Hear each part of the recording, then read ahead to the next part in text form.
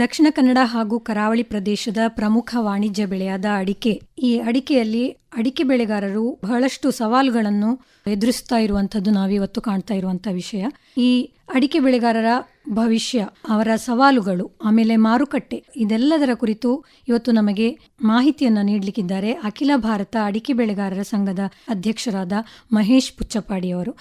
Sir, ನಿಮಗೆ ಕಾರ್ಯಕ್ರಮಕ್ಕೆ ಸ್ವಾಗತ. ನಮಸ್ತೆ ಸರ್. ಈಗ ಅಖಿಲ ಭಾರತ ಅಡಿಕೆ ಬೆಳೆಗಾರರ ಸಂಘದ ಅಧ್ಯಕ್ಷರಾಗಿದ್ದೀರಿ ನೀವು. ಏನಿದು ಈ ಸಂಘದ ಪರಿಚಯ ಸ್ವಲ್ಪ ಮಾಡಿಕೊಡಿ.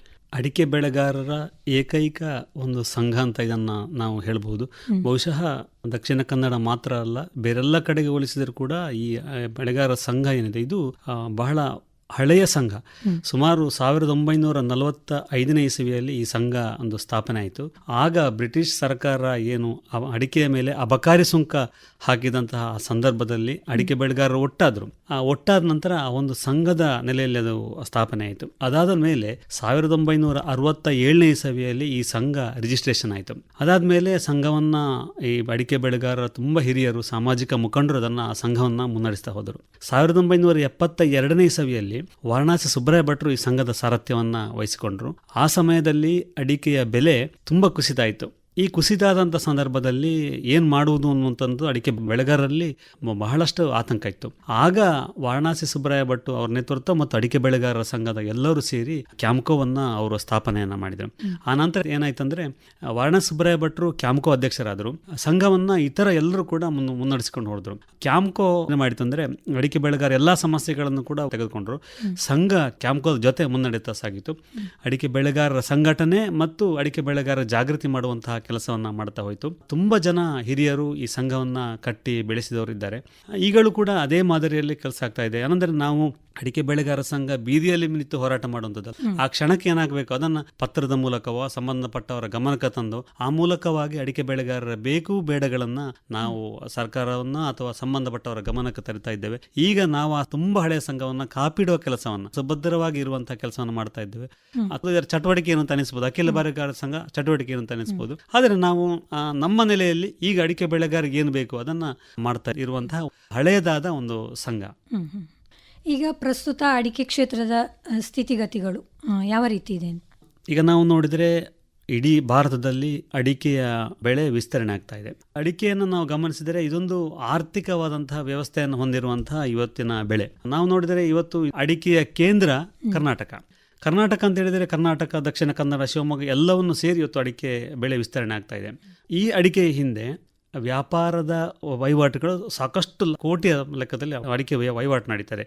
ಇದರ ಜೊತೆಗೆ ಒಂದಷ್ಟು ಜನ ಕಾರ್ಮಿಕರಿಗೆ ಉದ್ಯೋಗ ಆಗ್ತದೆ, ಒಂದು ವ್ಯಾಪಾರಿ ಸಂಸ್ಥೆಗಳಿಗೆ ಉದ್ಯೋಗ ಆಗ್ತದೆ, ಮತ್ತು ಸಾಗಣೆ. ಈಗ ಇತ್ತೀಚೆಗೆ ತಾನೇ ಅಡಿಕೆಯ ಸಾಗಾಟದಿಂದ ಸಾಕಷ್ಟು ವ್ಯಾಪಾರ ಉದ್ಯಮಗಳು ಕೂಡ ಆಗ್ತವೆ. ಹೀಗೆ ಎಲ್ಲರೂ ಕೂಡ ಇದರ ಭಾಗವಾಗಿದ್ದಾರೆ. 2023-24 ಸಾಲಿನ ನಾವು ಗಮನಿಸಿದರೆ ಭಾರತದ ಸುಮಾರು 14 ಲಕ್ಷ ಟನ್ ಅಡಿಕೆ ಉತ್ಪಾದನೆಯನ್ನು ಮಾಡಿತ್ತು. ಅದರಲ್ಲಿ ಕರ್ನಾಟಕದ ಪಾಲು ಸುಮಾರು 10 ಲಕ್ಷ ಟನ್ ಆಗಿರಿದೆ. ಹಾಗಾಗಿ ದೇಶದ ಅಡಿಕೆ ಉತ್ಪಾದನೆಯಲ್ಲಿ ಕರ್ನಾಟಕ ಬಹುಪಾಲು, ಕರ್ನಾಟಕದಲ್ಲಿ ದಕ್ಷಿಣ ಕನ್ನಡ ಮತ್ತು ಉತ್ತರ ಕನ್ನಡ ಬಹುಪಾಲು ಆಗಿದೆ. ಹಾಗಾಗಿ ಅಡಿಕೆಯ ಮಾರುಕಟ್ಟೆ ಅನ್ನುವಂಥದ್ದು ಇವತ್ತು ದಕ್ಷಿಣ ಕನ್ನಡ ಮಾತ್ರ ಅಲ್ಲ, ಇಡೀ ಭಾರತದಾದ್ಯಂತ ಆರ್ಥಿಕ ಲಿಂಕ್ ಆಗಿ ಇದೊಂದು ಬೆಳೀತಾ ಇದೆ. ಇದರ ಜೊತೆಗೆ ಇವತ್ತು ನಾವು ನೋಡಿದರೆ ಅಡಿಕೆ ಬೆಳೆ ವಿಸ್ತರಣೆ ಯಾವ ಕಾರಣಕ್ಕೆ ಅಂತ ಕೇಳಿದರೆ ಅದನ್ನು ಆರ್ಥಿಕ ಬೆಳೆ ಅನ್ನುವ ಕಾರಣಕ್ಕಾಗಿ ಇವತ್ತು ವಿಸ್ತರಣೆ ಆಗ್ತಾ ಇದೆ. ಇದು ಕೂಡ ಅಡಿಕೆ ಬೆಳೆಯ ನಾವು ಪಾಸಿಟಿವ್ ಆಂಗಲ್ ತಗೊಳ್ಳೋದಾದರೆ ಇದು ಒಂದು ಒಳ್ಳೆಯ ಬೆಳವಣಿಗೆ ಹೌದು.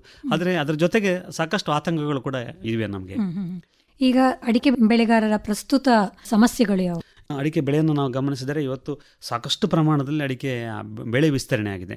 ಇವತ್ತು ದಕ್ಷಿಣ ಕನ್ನಡದಿಂದ ಹಿಡಿದದ್ದು ನಿಮಗೆ ಇಡೀ ರಾಜ್ಯದ ಕೂಡ ವಿಸ್ತರಣೆ ಆಗಿದೆ. ಬಹುಶಃ ನಮ್ಮ ರಾಜ್ಯದ 2 ಜಿಲ್ಲೆಗಳಲ್ಲಿ ಮಾತ್ರ ಅಡಿಕೆ ಬೆಳೆ ಇಲ್ಲ, ಮತ್ತೆ ಎಲ್ಲ ಕಡೆಯಲ್ಲೂ ಕೂಡ ಇವತ್ತು ಅಡಿಕೆ ಬೆಳೆ ಇದೆ. ಅಂದರೆ ಬಹುಪಾಲಾಗಿ ವಿಸ್ತರಣೆ ಆಗ್ತಾ ಇದೆ. ಅದು ಒಂದೇ ಅಲ್ಲ, ಆದರೆ ಇವತ್ತು ನಾವು ಗಮನಿಸಬೇಕಾದ ಎಷ್ಟು ಪ್ರದೇಶಕ್ಕೆ ವಿಸ್ತರಣೆ ಆಗಿದೆ ಅಂತಲ್ಲ, ಎಷ್ಟು ಪ್ರದೇಶದ ಸ್ಥಿರ ಉತ್ಪಾದನೆ ಆಗ್ತಾ ಇದೆ. ನಮ್ಮ ಬೆಳೆಯ ಸ್ಥಿರತೆ ಏನಿದೆ, ನಮ್ಮ ಉತ್ಪಾದಕತೆ ಎಷ್ಟಿದೆ, ಅದರ ಮೇಲೆ ಇವತ್ತು ನಾವು ಗಂಭೀರವಾಗಿ ಇವತ್ತು ಆಲೋಚನೆ ಮಾಡಬೇಕಾದಂಥ ಅವಶ್ಯಕತೆ ಉಂಟು. ಯಾಕಂದರೆ ಇವತ್ತು ಬೆಳೆ ವಿಸ್ತರಣೆ ಆಗಿದೆ ಹೌದು, ಆದರೆ ಕೃಷಿಕನ ನಿವ್ವಳ ಆದಾಯ ಎಷ್ಟು ಇದು ಕೂಡ ನಾವು ಇವತ್ತು ಗಮನಿಸಬೇಕು. ಯಾಕಂದರೆ ಅದಕ್ಕೂ ಕೂಡ ಬೇರೆ ಬೇರೆ ನಮಗೆ ಇವತ್ತು ಸಮಸ್ಯೆಗಳು ನಮ್ಮ ಮುಂದೆ ಇವೆ. ನೀರು, ಇವತ್ತಿನ ಹವಾಮಾನ, ಮಣ್ಣಿನ ಆರೋಗ್ಯ, ಮಣ್ಣಿನ ಗುಣಮಟ್ಟ ಕೂಡ ತುಂಬ ಕುಸಿತ ಇದೆ, ಅದು ಕೂಡ ಕಾರಣ ಆಗಿದೆ. ಪೋಷಕಾಂಶಗಳ ನಿರ್ವಹಣೆ ಇದು ಕೂಡ ಕಾರಣ ಆಗಿದೆ. ಹೀಗಾಗಿ ಇವತ್ತು ನಾವು ಸವಾಲು ಪ್ರಮುಖವಾಗಿ ಗಮನಿಸಬೇಕಾದದ್ದು ಬೆಳೆ ವಿಸ್ತರಣೆ ಮಾತ್ರ ಅಲ್ಲ, ನಮ್ಮ ಉತ್ಪಾದಕತೆ ಕೂಡ ಕುಸಿತ ಇದೆ. ಹಿಂದೆ ನಮ್ಮ ಹಿರಿಯರು, ನಮ್ಮ ಹಿಂದಿನವರು ಗಮನಿಸಿದರೆ ಅಡಿಕೆ ಬೆಳೆ ವಾಣಿಜ್ಯ ಬೆಳೆ ಹೌದು, ಆದರೆ ಉತ್ಪಾದಕತೆ ಅಷ್ಟಿತ್ತು, 1 ಎಕರೆ ಇಷ್ಟು ಬರಬೇಕಂದಿತ್ತು, ಇವತ್ತು ಅಷ್ಟು ಬರ್ತಾ ಇಲ್ಲ. ಇದು ನಮ್ಮ ಮುಂದೆ ಇರುವ ಬಹುದೊಡ್ಡ ಸವಾಲು.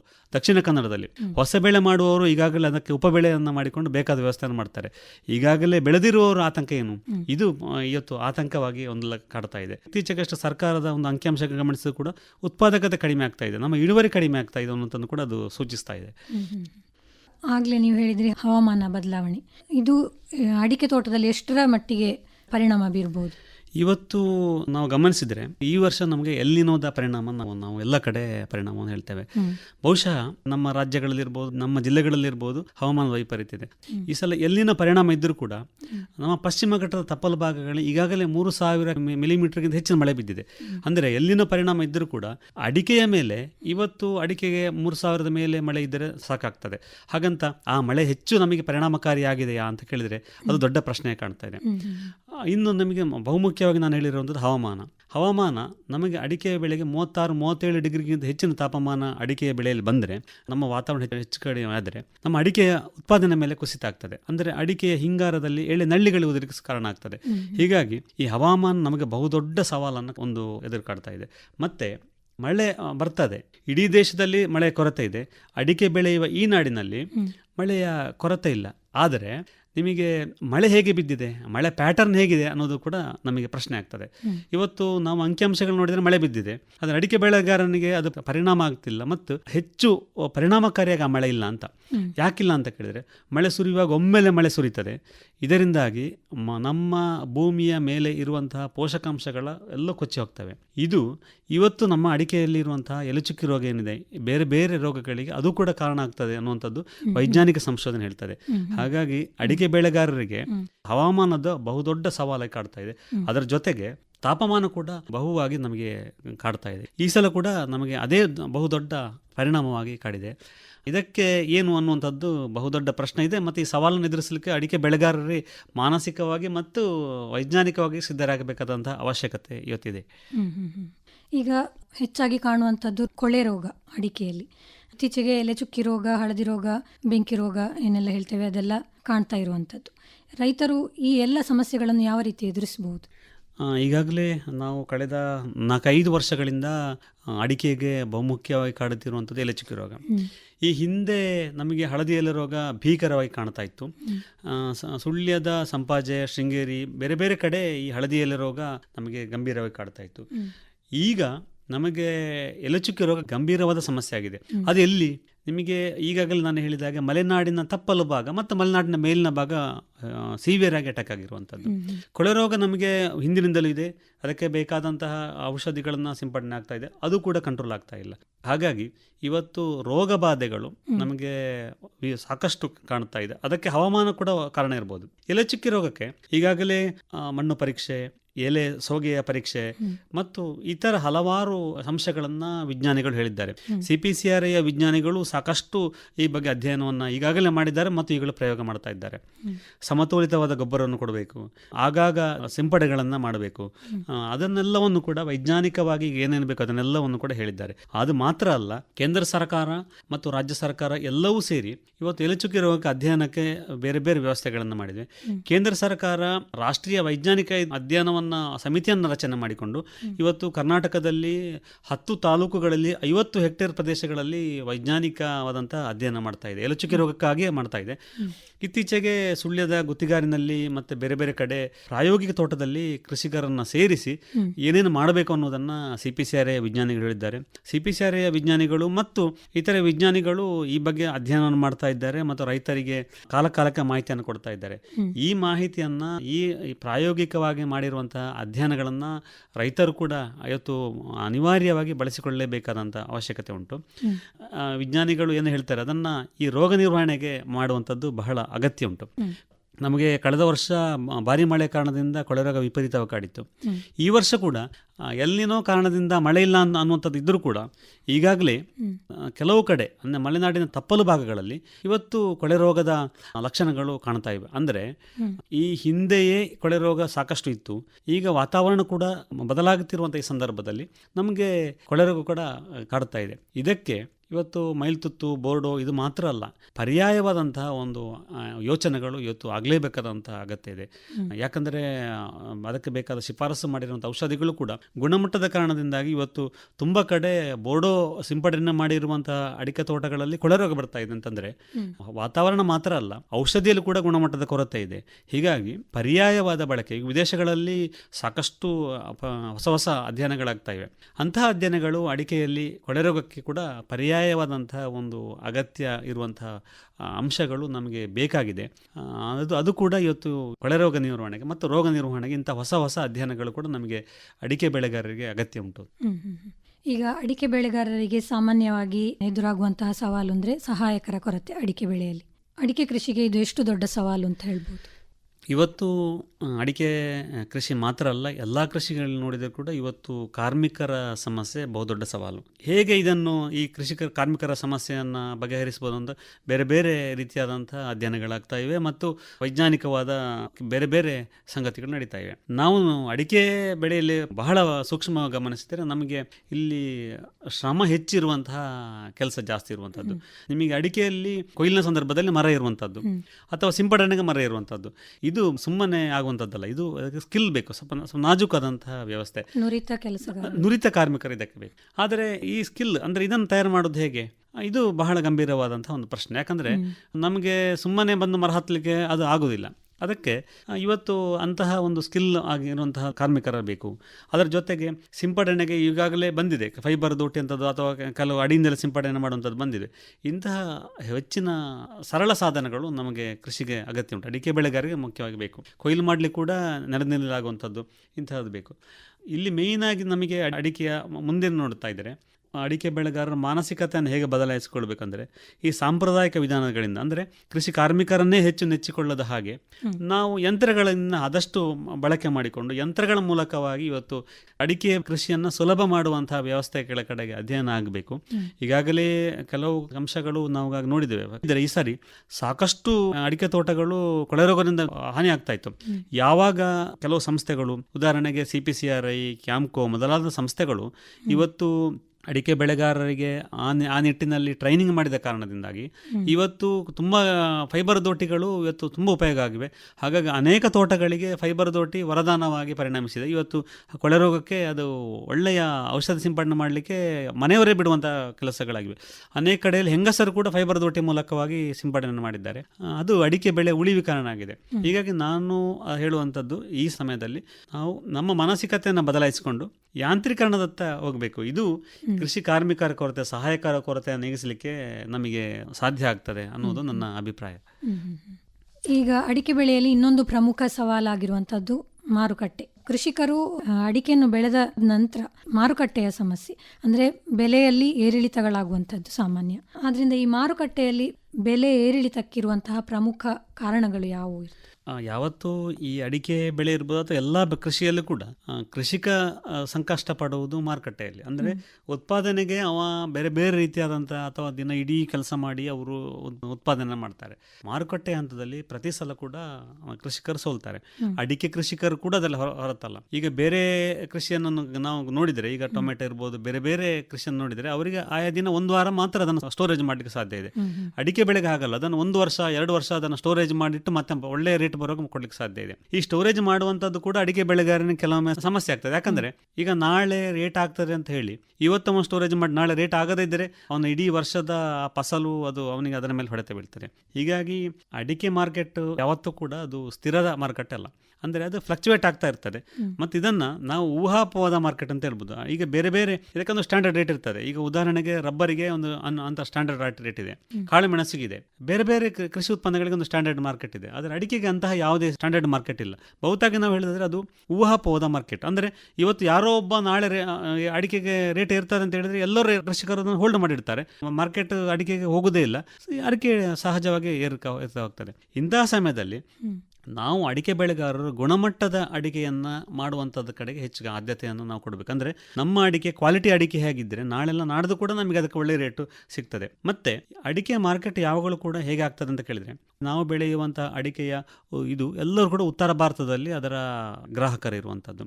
ಹಾಗಾಗಿ ನಮ್ಮ ಹೊಸ ಬೆಳೆ ಬಂದಾಗ ಮಾರುಕಟ್ಟೆಯಲ್ಲಿ ಏರಿಳಿತ ಇರುವಂಥದ್ದು ಸಹಜವೇ, ಅಥವಾ ಹಳೆ ದಾಸ್ತಾನು ಖಾಲಿಯಾದಾಗಲೂ ಕೂಡ ಏರಿಳಿತ ಆಗುವಂಥದ್ದು ಸಹಜವೇ, ಅಥವಾ ಉತ್ತರ ಭಾರತದಲ್ಲಿ ಅಡಿಕೆಯ ಬೇಡಿಕೆ ಹೆಚ್ಚಾದಾಗ ಕೂಡ ಅದು ಅಡಿಕೆಯ ರೇಟ್ ಒಮ್ಮೆಲೆ ಹೆಚ್ಚಾಗ್ತದೆ, ಅಥವಾ ವ್ಯಾಪಾರಿಗಳಲ್ಲಿ ಸ್ಟಾಕ್ ಕಡಿಮೆ ಆದರೆ ಸ್ಟಾಕಿಸ್ಟ್ಗಳಿರ್ತಾರೆ, ಅವ್ರಿಗೆ ಅಡಿಕೆ ಕಡಿಮೆ ಆದ ಕೂಡ ರೇಟ್ ಇರುವಂಥದ್ದು ಕೂಡ ನಮಗೆ ಕಾಣ್ತೇವೆ, ಅಥವಾ ಆಮದು ನೀತಿಯಲ್ಲಿ ಹೆಚ್ಚು ಕಡಿಮೆ ಆದರೂ ಕೂಡ ರೇಟ್ ಬದಲಾವಣೆ ಆಗುವಂಥದ್ದು ಇರ್ತದೆ. ಹೀಗಾಗಿ ಈ ಎಲ್ಲವೂ ಕೂಡ ಅಡಿಕೆ ಮಾರುಕಟ್ಟೆ ಮೇಲೆ ಪರಿಣಾಮ ಆಗ್ತದೆ. ಅಡಿಕೆ ಬೆಳೆಗಾರ ಏನು ಮಾಡಬೇಕಂದ್ರೆ ಇದೆಲ್ಲವನ್ನು ಕೂಡ ಆತ ಗಮನಿಸ್ತಾ ಇರಬೇಕಾಗ್ತದೆ.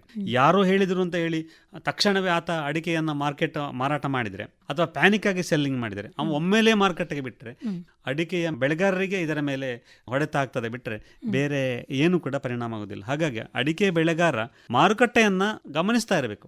ಗಮನಿಸ್ತಾ ಇದ್ದರೆ ಮಾತ್ರ ಅವನಿಗೆ ನಾಳೆ ಏನಾಗ್ತದೆ ಅಡಿಕೆ ಮಾರ್ಕೆಟ್ ಅನ್ನೋದಾಗ್ತದೆ.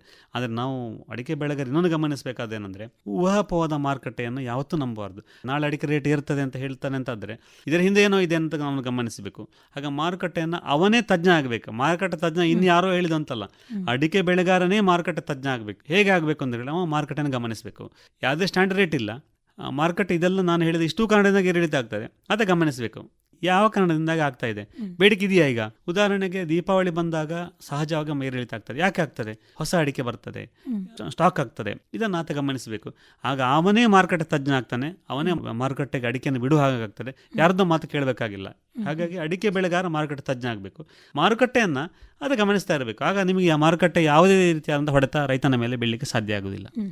ಈಗ ಅಡಿಕೆ ಆಮದು ದೇಶೀಯ ಬೆಳೆಗಾರರಿಗೆ ಎಷ್ಟು ಅಪಾಯ ಅಂತ ಹೇಳ್ಬೋದು? ಅಂದರೆ ಅಕ್ರಮ ಆಮದುಗಳು ಇನ್ನೂ ಕೂಡ ನಡೀತಾ ಇದೆ. ಈಗ ಇತ್ತೀಚಿನ ಉದಾಹರಣೆಗಳೇನಾದರೂ ಇದೆಯಾ? ಈಗ ಅಕ್ರಮ ಆಮದು ಅಡಿಕೆಯ ಮಾರುಕಟ್ಟೆಯ ಮೇಲೆ ಬಹಳವಾಗಿ ಕಾಡುವಂಥದ್ದು ಅಡಿಕೆಯ ಮಾರುಕಟ್ಟೆಯ ಆಮದು ದರ. ಅನೇಕ ಸಮಯಗಳನ್ನು ಕೂಡ ಅಡಿಕೆಯ ಆಮದು ನಮ್ಮ ಇಲ್ಲಿಯ ಅಡಿಕೆಯ ಮೇಲೆ ಮಾರ್ಕೆಟಿನ ಮೇಲೆ ಹೊಡೆತ ಬೀಳ್ತಾ ಇದೆ. ಹೇಗಾಗ್ತಾ ಇದೆ? ಒಂದು ಲೀಗಲ್ ಆಗಿ ಆಗದೇ ಇರುವ ಹಾಗೆ ಇವತ್ತು ಸರ್ಕಾರ ಅದಕ್ಕೆ ಆಮದು ಒಂದು ಪ್ರೈಸನ್ನು MIP-ಯನ್ನು ಮಿನಿಮಮ್ ಇಂಪೋರ್ಟ್ ಪ್ರೈಸನ್ನು ಫಿಕ್ಸ್ ಮಾಡಿದೆ. ಅದಲ್ಲದೇ ಇದ್ರೂ ಕೂಡ ಕಳ್ಳದಾರಿಯ ಮೂಲಕವಾಗಿ ಇವತ್ತು ಆಮದು ಅಡಿಕೆ ಆಗ್ತಾ ಇದೆ, ಬೇರೆ ಬೇರೆ ಸಮಕ ಆಗ್ತಾ ಇದೆ. ಇವತ್ತು ಕೇಂದ್ರ ಸರ್ಕಾರ ಅಧಿಕೃತವಾಗಿ ಇವತ್ತು ಆಮದು ಅಡಿಕೆ ಆಗುವುದರ ಮೇಲೆ 100% ಇವತ್ತು ಆಮದು ಸುಂಕವನ್ನು ವಿಧಿಸಿದೆ. ಹೀಗಾಗಿ ಕನಿಷ್ಠ ಆಮದು ದರ ಈಗ 351 ರೂಪಾಯಿ ಇದೆ. ಅದಕ್ಕೆ ಟ್ಯಾಕ್ಸ್ ಹಾಕಿದ ಮೇಲೆ ಇಲ್ಲಿಯ ಅಡಿಕೆಗಿಂತಲೂ ಕೂಡ ಹೆಚ್ಚಿನ ಅಡಿಕೆಯನ್ನು ಆಮದಾಗಬೇಕಾಗ್ತದೆ. ಹಾಗಾಗಿ ಆಗಲಿಕ್ಕೆ ಸಾಧ್ಯ ಇಲ್ಲ ಅಂತ ನಾವು ಭಾವಿಸ್ತೇವೆ. ಹಾಗಾಗಿ ಅಡಿಕೆಯ ಆಮದು ನೀತಿಗಳು ಎಷ್ಟು ಬಲ ಆಯಿತು ಅಷ್ಟು ನಮ್ಮ ದೇಶದ ಅಡಿಕೆ ಬೆಳೆಗಾರರಿಗೆ ಪ್ರಯೋಜನ. ಹಾಗಾಗಿ ಈ ಆಮದು ನೀತಿಯನ್ನು ಸರ್ಕಾರ ತುಂಬ ಗಟ್ಟಿಯಾಗಿ ಇನ್ನೂ ಬಿಗಿಗೊಳಿಸಬೇಕಂತ ಅಗತ್ಯತೆ ಉಂಟು. ಇನ್ನು ಇದಲ್ಲದೆ ಇವತ್ತು ಕಳ್ಳದಾರಿಯ ಮೂಲಕವಾಗಿ ಇವತ್ತು ಅಡಿಕೆ ಆಮದಾಗ್ತಾ ಇರ್ತದೆ, ಇದು ಸಾಕಷ್ಟು ಬರ್ತಾ ಇದೆ. ಇತ್ತೀಚೆಗಷ್ಟೇ DRI ಒಂದು ಆಮದು ಅಡಿಕೆಯ ಮೇಲೆ ಹಿಡಿದಿದೆ. ಸುಮಾರು 60,000 kg ಅಡಿಕೆಯನ್ನು, ಆಮದು ಅಡಿಕೆಯನ್ನು, ಅಕ್ರಮವಾಗಿ ಬಂದಿರುವಂಥ ಅಡಿಕೆಯನ್ನು ಸೀಸ್ ಮಾಡಿದ ಅಧಿಕೃತ ರೆಕಾರ್ಡ್ ಹೇಳಿದೆ. ಮ್ಯಾನ್ಮಾರ್ ಗಡಿಯ ಮೂಲಕವಾಗಿ ನಮ್ಮ ದೇಶದೊಳಗೆ ಬಂದು ಇಲ್ಲಿಯ ಮಾರುಕಟ್ಟೆ ಮೇಲೆ ಅಪಾಯ ಸುರಿತದೆ ಅಂತ ಹೇಳ್ತದೆ. ಮತ್ತು ಅದನ್ನು ಇಲ್ಲಿಯ ಅಡಿಕೆಗೆ ಮಿಕ್ಸ್ ಮಾಡಿ ಮಾರ್ತಾರೆ ಅಂತ ಹೇಳುವಂಥದ್ದನ್ನು ಅಪಾಯ ಇತ್ತು. ಇದಕ್ಕೆ ಕೇಂದ್ರ ಸರ್ಕಾರದ DRI, ಕಸ್ಟಮ್ಸ್ ಇವೆಲ್ಲರೂ ಕೂಡ ಆಗಾಗ ಪರಿಶೀಲನೆ ಮಾಡ್ತಾ ಇದ್ದಾರೆ. ನಿಮಗೆ ಆಮದಿನ ಮೇಲೆ ನಿಯಂತ್ರಣ ಮಾಡಲಿಕ್ಕೆ ಸಾಧ್ಯ ಇದೆ. ಮತ್ತು ಸರ್ಕಾರ ಬಿಗಿ ಕಾನೂನನ್ನು ತಂದರೆ ಆಮದುವನ್ನು ನಿಯಂತ್ರಣ ಮಾಡಲಿಕ್ಕೆ ಸಾಧ್ಯ ಇದೆ. ಹೀಗಾಗಿ ಇವತ್ತು ಆಮದು ಅಡಿಕೆಯ ನಿಯಂತ್ರಣ ಆದರೆ ಮಾರುಕಟ್ಟೆಯೂ ಕೂಡ ಸ್ಥಿರತೆ ಆಗ್ತದೆ, ನಮ್ಮ ದೇಶದ ಆರ್ಥಿಕತೆಯೂ ಕೂಡ ಸುಧಾರಣೆ ಆಗ್ತದೆ. ಇದು ಈ ಆಮದು ಅಡಿಕೆ ಬೆಳೆಗಾರರ ಮೇಲೆ ತೀರ ಪರಿಣಾಮ ಆಗುವಂಥದ್ದು ಆಮದು ಅಡಿಕೆ. ಇದನ್ನು ನಿಯಂತ್ರಣ ಮಾಡಬೇಕು ಸರ್ಕಾರ. ಈ ಬಗ್ಗೆ ನಾನು ಈಗಾಗಲೇ ಹೇಳಿದ ಹಾಗೆ ಈ ಎಲ್ಲ ಕ್ರಮಗಳನ್ನು ಆದಷ್ಟು ಬಿಗಿಯಾಗಿ ಮಾಡುವಂಥ ವ್ಯವಸ್ಥೆಗಳನ್ನು ಮಾಡಬೇಕು. ಈಗಾಗಲೇ ಕ್ಯಾಂಪ್ಕೋ ಅಥವಾ ಇಲ್ಲಿಯ ಅಡಿಕೆ ಮಹಾಮಂಡಲ ಎಲ್ಲರೂ ಕೂಡ ಹೋಗಿ ಕೇಂದ್ರ ಸರ್ಕಾರವನ್ನು ಆಗಾಗ ಭೇಟಿ ಆಗ್ತಾ ಇದ್ದಾರೆ. ಭೇಟಿ ಮಾತ್ರ ಅಲ್ಲ, ಅದು ಮತ್ತಷ್ಟು ಬಿಗಿಯಾಗಬೇಕು ಅಂತ ಅಡಿಕೆ ಬೆಳೆಗಾರರೆಲ್ಲರೂ ಕೂಡ ಆಗಾಗ ಒತ್ತಾಯವನ್ನು ಮಾಡ್ತಾ ಇದ್ದಾರೆ. ಈ ನಿಲುವುಗಳು ಮತ್ತಷ್ಟು ಗಟ್ಟಿಯಾಗಬೇಕು ಅನ್ನೋದು ನಮ್ಮ ಒತ್ತಾಯ. ಈಗ ನಮ್ಮ ಇಲ್ಲಿನ ಅಡಿಕೆ ರಫ್ತು ಆಗಲಿಕ್ಕೆ, ಅದನ್ನು ಹೆಚ್ಚಿಸಲಿಕ್ಕೆ ಅವಕಾಶಗಳನ್ನು ಯಾವ ರೀತಿ ಸಹಕಾರಿ ಕ್ಷೇತ್ರಗಳು ಮುಂದೆ ಬರಬೇಕು? ಈಗಾಗಲೇ ನಾವು ನೋಡಿದರೆ 2023-24ರಲ್ಲಿ ಭಾರತವು ಸುಮಾರು 10,000 ಟನ್ ಅಡಿಕೆಯನ್ನಷ್ಟು ಅಂದಾಜನ್ನು ಆಮದು ಮಾಡಿತು. ಅಂದರೆ 400 ಕೋಟಿ ರೂಪಾಯಿ ಮೌಲ್ಯದ ಅಡಿಕೆಯನ್ನು ರಫ್ತು ಮಾಡಿದೆ. ಸರ್ಕಾರ ಬಿಡುಗಡೆ ಮಾಡಿದ ಅಧಿಕೃತ ಅಂಕಿಅಂಶಗಳ ಪ್ರಕಾರ ಇಷ್ಟಿದೆ. ಇದನ್ನು ವಿಯೆಟ್ನಾಂ, ನೇಪಾಳ, ಬೇರೆ ಬೇರೆ ಕಡೆಗಳಲ್ಲಿ ಇವತ್ತು ಅಡಿಕೆಗೆ ಬೇಡಿಕೆಯೂ ಇದೆ. ಚೀನಾ ಈಗಲೂ ಕೂಡ ಬೇರೆ ದೇಶಗಳಿಗೆ ಅಡಿಕೆಯನ್ನು ರಫ್ತು ಮಾಡ್ತದೆ, ಬಾಂಗ್ಲಾ ಮಾಡ್ತದೆ. ಹಾಗಾಗಿ ಭಾರತ ಯಾಕೆ ಮಾಡಲಿಕ್ಕೆ ಸಾಧ್ಯ ಇಲ್ಲ? ಇದನ್ನು ಮಾಡಲಿಕ್ಕೆ ಸಾಧ್ಯ ಇದೆ. ಆದರೆ ಹೇಗೆ ಮಾಡಬೇಕು ಮತ್ತು ಯಾರು ಮಾಡಬೇಕು? ಅಡಿಕೆ ಬೆಳೆಗಾರನಿಗೆ ಅಥವಾ ಅಡಿಕೆ ಬೆಳೆಗಾರ ಸಂಘಕ್ಕೆ ಇದನ್ನು ಯಾವುದನ್ನು ಮಾಡಲಿಕ್ಕೆ ಸಾಧ್ಯ ಇಲ್ಲ. ಸಹಕಾರಿ ಸಂಘಗಳು ಇದನ್ನು ಮಾಡಬಹುದು, ಅಥವಾ ಬೇರೆ ಬೇರೆ ಸಂಸ್ಥೆಗಳು ಇದನ್ನು ಮಾಡಲಿಕ್ಕೆ ಸಾಧ್ಯ ಇದೆ. ಹೇಗೆ ಮಾಡಬೇಕಂದ್ರೆ, ನಮ್ಮಲ್ಲಿ ಇರುವಂತಹ ಅಡಿಕೆಯ ಗುಣಮಟ್ಟವನ್ನು ಆಧಾರದ ಮೇಲೆ ಗ್ರೇಡ್ ಮಾಡಿ ಈ ಅಡಿಕೆಯನ್ನು ಈಗಾಗಲೇ ಮಹಾರಾಷ್ಟ್ರದಂಥ ಕೆಲವು ರಾಜ್ಯಗಳಲ್ಲಿ ಅದನ್ನು ಸಾಗಾಟವನ್ನು ಬಿಗಿ ಮಾಡಿದ್ದಾರೆ. ಯಾಕೆ ಮಾಡಿದ್ದಾರೆ ಅಂದರೆ ಅದರಲ್ಲಿ ರಾಸಾಯನಿಕಗಳು ಇವೆ ಅನ್ನುವ ಆರೋಪ ಇದೆ. ಆದರೆ ಅದರ ಹೊರತಾಗಿ ಗುಣಮಟ್ಟದ ಅಡಿಕೆಯನ್ನು ನಾವಿವತ್ತು ಸಂಗ್ರಹ ಮಾಡಿ ಅದನ್ನು ರಫ್ತು ಮಾಡುವಂತಹ ಅವಕಾಶಗಳು ಇವೆ. ಇದನ್ನು ಸಹಕಾರಿ ಸಂಘಗಳು ಮಾಡಬೇಕು ಮತ್ತು ಇದನ್ನು ಪ್ಯಾಕೇಜಿಂಗ್ ಮಾಡಿ, ಗ್ರೇಡಿಂಗ್ ಮಾಡಿ, ಇದನ್ನು ಗುಣಮಟ್ಟದ ಅಡಿಕೆಯನ್ನು ಮಾತ್ರ ಬೇರೆ ದೇಶಗಳಿಗೆ ರಫ್ತು ಮಾಡುವಂಥ ಅವಕಾಶ ಇದೆ. ಇದಕ್ಕಾಗಿ ಸಹಕಾರಿ ಸಂಘಗಳು ಕೂಡ ವಿದೇಶಗಳತ್ತ ಮುಖ ಮಾಡಬೇಕು. ಬೇರೆ ಬೇರೆ ಕಡೆ ಅದನ್ನು ಸ್ಯಾಂಪಲ್ಗಳನ್ನು ಕಳಿಸಿ ಅದನ್ನು ಮಾಡುವಂಥ ಅವಕಾಶ ಇದೆ. ಇದನ್ನು ಮಾಡಬೇಕು. ಆಗ ಮಾರುಕಟ್ಟೆ ಇಷ್ಟು ಇಡೀ ದೇಶದಲ್ಲಿ ಅಡಿಕೆ ಬೆಳೆ ವಿಸ್ತರಣೆ ಆಗ್ತಾ ಇರುವಂಥ ಸಂದರ್ಭದಲ್ಲಿ ಇಂತಹ ಸಾಧ್ಯತೆಗಳ ಬಗ್ಗೆ ಕೂಡ ಇವತ್ತು ಸಹಕಾರಿ ಸಂಘಗಳು, ಸರ್ಕಾರ ಕೂಡ ಇದನ್ನು ಗಮನಿಸಬಹುದು. ಯಾಕಂದ್ರೆ ಅಡಿಕೆ ಅನ್ನುವಂಥದ್ದನ್ನು ಆರೋಗ್ಯಕ್ಕೆ ಹಾನಿಕರ ಅನ್ನೋದೊಂದು ಆರೋಪ ಇದ್ರೂ ಕೂಡ ಆರೋಗ್ಯಕ್ಕೆ ಹಾನಿಕರ ಅಲ್ಲದೇ ಇರುವಂತಹ ಅಂಶಗಳು ಕೂಡ ಇವೆ. ಹಾಗಾಗಿ ಸರ್ಕಾರ ಕೂಡ ಇದನ್ನ ಗಮನಿಸಿಕೊಂಡು ಬೇರೆ ದೇಶಗಳಿಗೆ ರಫ್ತು ಮಾಡುವಂತಹ ಸಾಧ್ಯತೆಗಳು ಕೂಡ ಇವೆ. ಈಗ ಅಡಿಕೆ ಸೇವನೆಯ ಆರೋಗ್ಯದ ಪರಿಣಾಮಗಳ ಕುರಿತು ನೀವೀಗ ಉಲ್ಲೇಖನ ಮಾಡಿದ್ರಿ. ಇದರ ಕುರಿತು ಈ ಅಡಿಕೆ ಬೆಳೆಗಾರರ ಸಂಘ ಯಾವ ರೀತಿ ಕಾಣ್ತಾ ಇದೆ? ಅಡಿಕೆ ಆರೋಗ್ಯಕ್ಕೆ ಹಾನಿಕರ ಅಥವಾ ಹಾನಿಕರ ಅಲ್ವ ಅನ್ನೋದು ಬಹಳ ಸೂಕ್ಷ್ಮವಾದಂಥ ಒಂದು ಸಂಗತಿ. ನಾವು ತುಂಬ ಸಲ ಈ ಅಡಿಕೆ ಹಾನಿಕಾರಕ ಅಲ್ಲ ಹೌದು ಅನ್ನುವಂಥ ಈ ಚರ್ಚೆಯ ನಡುವೆ ಕೆಲವು ವೈಜ್ಞಾನಿಕ ಸತ್ಯಗಳನ್ನು ಅಡಿಕೆ ಬೆಳೆಗಾರರ ಕೂಡ ಅದನ್ನು ಒಪ್ಪಿಕೊಳ್ಳಬೇಕು ಮತ್ತು ಸಂಸ್ಥೆಗಳು ಕೂಡ ಅದನ್ನು ಒಪ್ಪಿಕೊಳ್ಳಬೇಕಾಗ್ತಾರೆ. ಹಾಗಂತ ಹೇಳಿದರೆ ಅಡಿಕೆ ಹಾನಿಕಾರಕವೇ ಅಲ್ಲ ಅಂತ ಹೇಳುವಂಥದ್ದನ್ನು ಕೂಡ ವೈಜ್ಞಾನಿಕವಾಗಿ ಅದನ್ನು ನಾವು ಸಾಬೀತು ಮಾಡಬೇಕು, ಅಥವಾ ಹಾನಿಕಾರಕವೇ ಅಂತ ಹೇಳುವುದನ್ನು ಕೂಡ ವೈಜ್ಞಾನಿಕವಾಗಿ ಸಾಬೀತು ಮಾಡಬೇಕು. ಆದರೆ ಮೇಲ್ನೋಟಕ್ಕೆ ಗಮನಿಸಿದಾಗ ಕೆಲವೊಂದು ಅಂಶಗಳು ಅಡಿಕೆಯಲ್ಲಿ ಕೂಡ ನಮಗೆ ಬೇಡದೇ ಇರುವಂಥ ಅಂಶಗಳು ಕೂಡ ಇರ್ತವೆ. ಹಾಗೆಂತ ಹೇಳಿ ಇನ್ನೊಂದು ಕಡೆ ಲಕ್ಷಾಂತರ ಅಡಿಕೆ ಬೆಳೆಗಾರರ ಜೀವನಾಡಿ ಮತ್ತು ಆರ್ಥಿಕ ಶಕ್ತಿ ಕೂಡ ಹೌದು. ಹಾಗಾಗಿ ಇದು ಎರಡನ್ನೂ ಕೂಡ ಸಮದೂಗಿಸಿಕೊಂಡು ಹೋಗಬೇಕಾದಂಥ ಅನಿವಾರ್ಯತೆ. ಹಾಗಾಗಿ ಈಗಾಗಲೇ ಕೇಂದ್ರ ಸರ್ಕಾರ ಒಂದು ಟೀಮ್ ಅನ್ನು ಮಾಡಿ 16 ರಾಷ್ಟ್ರೀಯ ಸಂಸ್ಥೆಗಳ ಮೂಲಕವಾಗಿ ಇವತ್ತು ಅಡಿಕೆಯ ಬಗ್ಗೆ ಅಧ್ಯಯನ ಮಾಡ್ತಾ ಇದೆ. ಅಡಿಕೆ ಹಾನಿಕಾರಕ ಹೌದೋ ಅಲ್ವೋ ಅಂತ ಸಂಶಯ ಮಾಡ್ತಾ ಇದೆ. ಅದಕ್ಕೆ 9 ಕೋಟಿ ರೂಪಾಯಿ ಅಷ್ಟನ್ನು ಈಗಾಗಲೇ ಫಂಡಿಂಗ್ ಅನ್ನು ಕೂಡ ಸರ್ಕಾರ ಕೊಟ್ಟು ಅಧ್ಯಯನ ಆಗ್ತಾ ಇದೆ. ಹಾಗಾಗಿ ಈ ವೈಜ್ಞಾನಿಕ ಅಧ್ಯಯನ ವರದಿ ಅದು ಪಾರದರ್ಶಕವಾಗಿ ಬರಬೇಕು. ಇದು ನಮ್ಮ ಭವಿಷ್ಯದ ಮಾರುಕಟ್ಟೆಯನ್ನು ಕೂಡ ನಿರ್ಧಾರ ಮಾಡ್ತಾರೆ. ಹಾಗಾಗಿ ನಮ್ಮ ಅಡಿಕೆ ಆರೋಗ್ಯಕ್ಕೆ ಹಾನಿಕಾರಕ ಹೌದು ಅಲ್ವೋ ಅಂತ ಚರ್ಚೆಗಿಂತಲೂ ಹೆಚ್ಚು ಇದರಲ್ಲಿ ಒಳ್ಳೆಯ ಅಂಶಗಳೇನು, ಇದನ್ನು ನಾವು ಗಂಭೀರವಾಗಿ ತೆಗೆದುಕೊಳ್ಳಬೇಕಂತ ಅವಶ್ಯಕತೆ ಉಂಟು. ಯಾಕಂದರೆ ಅಡಿಕೆಯಲ್ಲಿ ಇರುವ ಅಂಶಗಳು ಮರವು ಕಾಯಿಲೆಗಳಿಗೆ ಔಷಧಿ ಅನ್ನುವಂಥದ್ದನ್ನು ಕೂಡ ಈಗಾಗಲೇ ವೈಜ್ಞಾನಿಕ ವರದಿಗಳು ಹೇಳಿವೆ. ಚೀನಾದ ಕೆಲವು ವರದಿಗಳು ಅದನ್ನು ಕೂಡ ಹೇಳಿವೆ. ಇವತ್ತು ನಮ್ಮ ದೇಶ ಮಾತ್ರ ಅಲ್ಲ, ಇಡೀ ಪ್ರಪಂಚದಲ್ಲಿ ಅಮೆರಿಕದಂಥ ದೇಶಗಳಲ್ಲಿ ಕೂಡ ಮರೆವು ಕಾಯಿಲೆಗೆ ಔಷಧಿಗಳು ಅಗತ್ಯವಾಗಿ ಬೇಕಾಗಿದೆ. ಸಾಕಷ್ಟು ಪ್ರಮಾಣದಲ್ಲಿ ಔಷಧಿಗಳು ಬೇಕು. ಅಡಿಕೆಯಲ್ಲಿರುವ ಅರೆಕೋಲಿನ್ ಅನ್ನುವಂಥ ಅಂಶ ಇವತ್ತು ಮರೆವು ಕಾಯಿಲೆಗೆ ಬಹುದೊಡ್ಡ ಔಷಧಿಯಾಗಿ ಮಾರುಕಟ್ಟೆ ಆಗುವ ಸಾಧ್ಯತೆ ಉಂಟು. ಇದೊಂದು ಸಾವಯವ ಮಾದರಿಯಲ್ಲಿ ಅಥವಾ ರಾಸಾಯನಿಕ ರಹಿತವಾದಂತಹ ಒಂದು ಅಂಶ ಈ ಅಡಿಕೆಯಲ್ಲಿ ಇದೆ. ಹಾಗಾಗಿ ಇದನ್ನು ಯಾಕೆ ಇವತ್ತು ಪರಿಗಣನೆ ತೆಗೆದುಕೊಳ್ಳಬಾರದು? ಅಡಿಕೆಯಲ್ಲಿ ಇರುವ ಅರೆಕೋಲಿನ್ ಅಂತ ಅಂಶಗಳು ಮರೆವು ಕಾಯಿಲೆಗೆ ಔಷಧಿ ಆಗ್ತದೆ ಅಂತಾದರೆ ಯಾಕೆ ಇದನ್ನು ಗಂಭೀರವಾಗಿ ನಾವು ಪರಿಗಣನೆ ಮಾಡಬಾರದು? ಹಾಗಾಗಿ ಅಡಿಕೆ ಕೂಡ ಹಾನಿಕಾರಕ ಅಲ್ಲ, ಅದರ ಜೊತೆಗೆ ಆರೋಗ್ಯಕ್ಕೆ ಪೂರಕ ಔಷಧಿ ಅನ್ನುವಂಥದ್ದನ್ನು ಕೂಡ ಪರಿಗಣನೆಗೆ ಬರಬೇಕು. ಹೀಗಾದರೆ ಅಡಿಕೆ ಕೂಡ ಇವತ್ತು ಜಾಗತಿಕ ಮಟ್ಟದಲ್ಲಿ ವ್ಯಾಲ್ಯೂ ಪಡಲಿಕ್ಕೆ ಸಾಧ್ಯ ಇದೆ. ಆರೋಗ್ಯದ ಸಂಶೋಧನೆಗಳಿದೆ, ಇದು ಮಾಡಬೇಕು ಮತ್ತು ಇದು ಆದಷ್ಟು ಬೇಗ ಬಹಿರಂಗ ಆಗಬೇಕು. ನಮ್ಮ ಮಾರುಕಟ್ಟೆಯ ಮೇಲೆ ಕೂಡ ಇದು ಬಹಳ ದೊಡ್ಡ ಪರಿಣಾಮವನ್ನು ಬೀರಲಿಕ್ಕೆ ಸಾಧ್ಯ ಇದೆ. ಅದು ಮಾತ್ರ ಅಲ್ಲ, ನಮ್ಮದೇ ದೇಶದ ಹಲವು ಸಂಸ್ಥೆಗಳು ಅಡಿಕೆಯ ಮೇಲೆ ಅಧ್ಯಯನಗಳನ್ನು ಮಾಡಿವೆ. ಇಲಿಗಳ ಮೇಲೆ ಪ್ರಯೋಗ ಮಾಡಿ ಅಡಿಕೆಯಲ್ಲಿರುವ ಉತ್ತಮ ಅಂಶಗಳ ಬಗ್ಗೆ ಜಗತ್ತಿಗೆ ಹೇಳಿವೆ. ಅಡಿಕೆಯಲ್ಲಿ ಸಾಕಷ್ಟು ಉತ್ತಮ ಅಂಶಗಳು ಇರುವುದನ್ನು ಕೂಡ ಅವುಗಳು ಹೇಳಿವೆ. ಇದನ್ನು ನಾವು ಹೈಲೈಟ್ ಮಾಡಬೇಕಾದಂಥ ಅಗತ್ಯತೆ ಉಂಟು. ಒಂದು ಕಡೆ ಅಡಿಕೆ ಕ್ಯಾನ್ಸರ್ ಕಾರಕ ಅಂತ ಆಂದೋಲನಗಳಾಗ್ತಾ ಇವೆ, ಅಥವಾ ಅಡಿಕೆ ಮಾತ್ರ ತಿಂದರೆ ಹಾನಿಕಾರಕ ಅನ್ನುವಂಥ ಯಾವ ಅಧ್ಯಯನಗಳು ಕೂಡ ಇಲ್ಲ. ಅಡಿಕೆ ಜೊತೆ ತಂಬಾಕು ಸೇರಿದರೆ ಹಾನಿಕಾರಕ ಅಂತ ಅಧ್ಯಯನಗಳಿವೆ, ಅಡಿಕೆಯೇ ಹಾನಿಕಾರಕ ಅನ್ನುವ ಹೇಳುವಂಥದ್ದು ಅಧ್ಯಯನಗಳಿಲ್ಲ. ಹಾಗಾಗಿ ಅಡಿಕೆಯೇ ಹಾನಿಕಾರಕ ಅಲ್ಲ, ಅಡಿಕೆಯಲ್ಲಿರುವಂಥ ಅರೆಕೋಲಿನ್ ಔಷಧಿಯೂ ಹೌದು ಅನ್ನುವುದನ್ನು ನಾವು ಲೋಕಕ್ಕೆ ತಿಳಿಸಬೇಕು. ಇದು ಈ ಅಧ್ಯಯನದ ಮೂಲಕ ಹೊರಬರಲಿ ಮತ್ತು ಅಡಿಕೆ ಬೆಳೆಗಾರರು ಪೂರಕವಾಗಿರಲಿ ಅಂತ ನಮ್ಮ ಆಶಯ ಇದೆ. ಹಾಗಾಗಿ ಅಡಿಕೆ ಅಧ್ಯಯನ ಇನ್ನಷ್ಟು ನಡೀಲಿ ಅನ್ನೋದೇ ನಮ್ಮ ಒತ್ತಾಯ ಕೂಡ. ಈಗ ಬೆಳೆ ವಿಮೆ ಮತ್ತು ಅಪಾಯ ನಿರ್ವಹಣೆ, ಹವಾಮಾನ ವೈಪರೀತ್ಯ ಸಮಯದಲ್ಲಿ ಈ ಸಂದರ್ಭದಲ್ಲಿ ಬೆಳೆ ವಿಮೆ ಹೇಗೆ ಬದಲಾಗಬೇಕು? ಇತ್ತೀಚೆಗೆ ನಿಮಗೆ ಒಂದು 5-6 ವರ್ಷಗಳಲ್ಲಿ ಬೆಳೆ ವಿಮೆ ಅನ್ನುವಂಥದ್ದು ರೈತರಿಗೆ ವರವಾಗಿ ಪರಿಗಣಿಸಿದೆ. ಅದು ಅಡಿಕೆ ಬೆಳೆಗಾರ ಅಂತ ನಮ್ಮ ದೇಶದ ಎಲ್ಲ ಬೆಳೆಗಳಿಗೂ ಕೂಡ ಬೆಳೆ ವಿಮೆ ಬಹಳ ವರದಾನವಾಗಿದೆ. ನಮ್ಮಲ್ಲಿ ಕೂಡ ಅಡಿಕೆ ಬೆಳೆಗೆ ಕಳೆದ 5-6 ವರ್ಷಗಳಿಂದ ಎಲ್ಲರೂ ಕೂಡ ಬೆಳೆ ವಿಮೆ ಕಟ್ತಾರೆ ಮತ್ತು ವಾಪಸ್ ಬರ್ತಾರೆ. ಈ ಬೆಳೆ ವಿಮೆ ಅನ್ನುವಂಥದ್ದು ಕೇವಲ ಕಾಗದದ ಒಂದು ವಿಮೆ ಆಗಬಾರ್ದು. ಯಾಕಂದರೆ ತುಂಬ ಸಲ ಏನಾಗ್ತದೆ ಅಂತ ಕೇಳಿದರೆ ಅಡಿಕೆ ಬೆಳೆ ವಿಮೆ ಹಣ ಕಟ್ತಾರೆ, ಅದು ಡಬಲ್ ಆಗಿ ಬರ್ತದೆ ಅನ್ನೋ ಆಸೆಯಿಂದ ಕಟ್ತಾರೆ, ಅಥವಾ ಕಟ್ಟಿದ್ದು ಹೋಗೋದಿಲ್ಲ ಅಂತ ಹೇಳೋ ಕಾರಣಕ್ಕೆ ಬರ್ತಾರೆ. ಇದಲ್ಲ, ಅಡಿಕೆ ಅನ್ನುವಂಥದ್ದು ನಮ್ಮ ಬೆಳೆ ರಕ್ಷಣೆಗೆ ಇರುವಂಥದ್ದು ಅನ್ನೋಂಥ ನಮ್ಮ ಮನೋಭಾವನೆ ಬರಬೇಕು. ತುಂಬ ಸಲ ಕಳಿಸಲಾಗಿದೆ ಅಂದರೆ ಅಡಿಕೆ ನಮಗೆ ಬೆಳೆ ಹಿಂದಿನ ಸಲ 3 ಪಟ್ಟು ಬಂದಿದೆ, ಈ ಸಲ 1 ಪಟ್ಟು ಬಂದಿದೆ ಅಂತ. ಅದಲ್ಲ, ನಮ್ಮ ಬೆಳೆ ರಕ್ಷಣೆಗೆ ಅದು ಹೇಗೆ ಪರಿಣಾಮ ಆಗ್ತದೆ ಅನ್ನೋದನ್ನು ನಮ್ಮ ಕೃಷಿಕರಿಗೆ ಗಮನಕ್ಕೆ ಬೇಕು. ಸರ್ಕಾರ ಕೂಡ ಆ ನಿಟ್ಟಿನಲ್ಲಿ ಕೂಡ, ಇಲಾಖೆಗಳು ಕೂಡ ಆ ನಿಟ್ಟಿನಲ್ಲಿ ಹೆಚ್ಚು ಜಾಗೃತಿಯನ್ನು ವಹಿಸಬೇಕು. ಈಗ ನೋಡಿದರೆ ಬೇರೆಲ್ಲ ಕಡೆಗಳು ಕೂಡ ಹವಾಮಾನ ವೈಪರೀತ್ಯ ಆದಾಗ ನಮ್ಮ ಮಳೆ ಮಾಪಕಗಳೇ ತುಂಬ ಕಡೆ ಸರಿ ಇಲ್ಲ. ಈ ಬಗ್ಗೆ ಕಳೆದ ಸಲ ಭಾರಿ ಚರ್ಚೆಗಳಾದಾಗ ಇಲಾಖೆಗಳು ರೈತರನ್ನು ಕರೆಸಿ ಸಭೆಗಳೆಲ್ಲ ಆದರೂ ಕೂಡ ನಿಮಗೆ ಸಮರ್ಪಕವಾಗಿ ಅದು ಇನ್ನು ಮತ್ತೆ ಕೂಡ ಅನುಷ್ಠಾನ ಆಗಲಿ. ಇವತ್ತಿಗೂ ಕೂಡ ಇಡೀ ಗ್ರಾಮಗಳಲ್ಲಿ ಮಳೆ ಮಾಪನಗಳ ಕೇಂದ್ರಗಳು ಇವತ್ತು ಸರಿಯಾಗಿಲ್ಲ. ಇದು ಆಗಬಾರ್ದು. ಯಾಕಂದರೆ ಮಳೆ ಮಾಪನಗಳು ಒಂದು ಸರ್ಕಾರದ ಯೋಜನೆ, ಎಲ್ಲ ರೈತರಿಗೆ ತಿರುಗಬೇಕು ಮತ್ತು ಬೆಳೆಗೆ ಹಾನಿಯಾದಂಥ ಸಂದರ್ಭದಲ್ಲಿ ಅದು ಯೋಜನೆ ಸರಿಯಾಗಿ ಪರಿಣಾಮ ಆಗಬೇಕು ಮತ್ತು ಸೂಕ್ತ ವ್ಯಕ್ತಿಗಳಿಗೆ ಸಿಗಬೇಕು. ಹೀಗಾಗಿ ಅದು ಎಲ್ಲ ಕಡೆಗಳಲ್ಲೂ ಕೂಡ ಬೆಳೆ ವಿಮೆಗೆ ಆಧಾರವಾಗಿರುವಂತಹ ನಿಮಗೆ ಮಳೆ ಮಾಪಕಗಳೇನಿವೆ ಅಥವಾ ತಾಪಮಾನಗಳೇನಿವೆ ಇದೆಲ್ಲವನ್ನು ಕೂಡ ಸರಿಯಾಗಿಟ್ಟಿರಬೇಕು.